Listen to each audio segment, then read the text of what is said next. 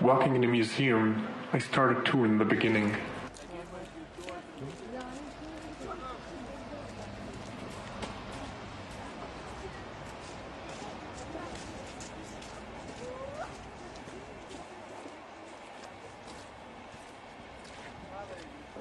The first room was a big hall with a Greek temple, completely reconstructed inside. How surreal it is to see all these tourists with their colorful t-shirts and brand new shiningly clean sneakers, taking pictures of the marble white fractions surrounding them. In their eyes, these sculptures were once complete, and now they are remainders of what used to be a whole body or a whole temple. This same thought is what makes people frame a structure in another structure. Detaching it, stone by stone, thinking it starts and ends with a boundary, and then laid, and can be laid again. Now there's a head, and a torso, and a leg, and they are floating in space, free from the bodies they once belonged to.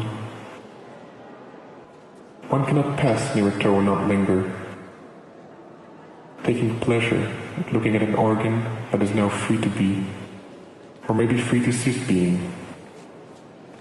I look at an ear, a perfect spiral shape.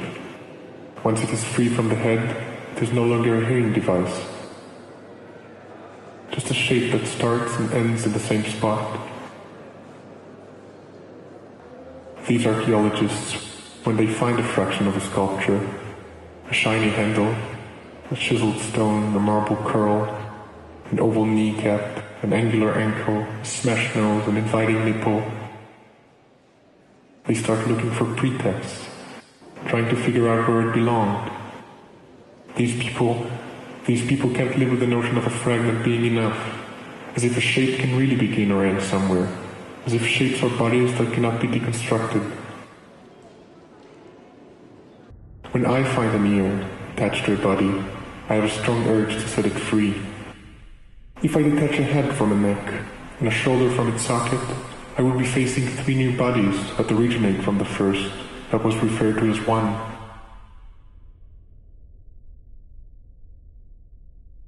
I would be gaining a series instead of losing a hall. And in this hall, walking in a museum, I gain serenity, looking at all these fractions. I pace in this white arena, step by step, my feet almost escaping my wheel's embrace. My voice almost betrays me. I have to tighten my lips so hard they almost bleed. My voice that wants to speak with them, all these damn tourists, thinking they are complete, thinking this is the present and the future will be the same, for they are looking at the past and it is done, broken. Here for them, not to forget their complete fullness. And my voice speaks in my throat, whispers in my ears, echoes in my stomach, saying, in my travels I have seen the future, and the future is terrifying. Just like this shrine of fragmentation. All these bodies walking, being, hosting limbs, imagining their beginning. Now I cannot hold my lips. They are free. Every lip for itself. I have a mouth no more. My voice dances with the echo in my ear canals, and I can hear it say, just like this broken marble that once was a sand grain and will be again, even in your mother's wombs you were never one. And when you die your bones will scatter, dry and broken. Your skin will be eaten by maggots, moist from the damp of the soil, fat, and digesting they will scatter you back to the earth.